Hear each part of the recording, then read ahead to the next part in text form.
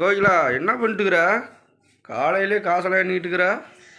இல்லை, வாடகைக்கு வேறு 26ஆம் தேதியே கட்ட வேண்டியதாம்மா. நான் மறந்து போய் 29 நினச்சிட்டு இருந்தேன்னாக்கா காலையில் நேற்றே வந்து வாடகை கொடுக்கலன்னு கேட்டாங்க. 2750 தான் வாடகைக்கு இருக்குது. இந்த கரண்ட் பில் வேறு 200 கட்டணும். காசு இல்லை. அட்டை என்ன பண்ணுறதுன்னு சொல்லிட்டு யோசிச்சுட்டு உட்காந்துட்டு தெரியலையே. அவனுக்கு ஸ்கூல் ஃபீஸ் கட்டிட்டியா?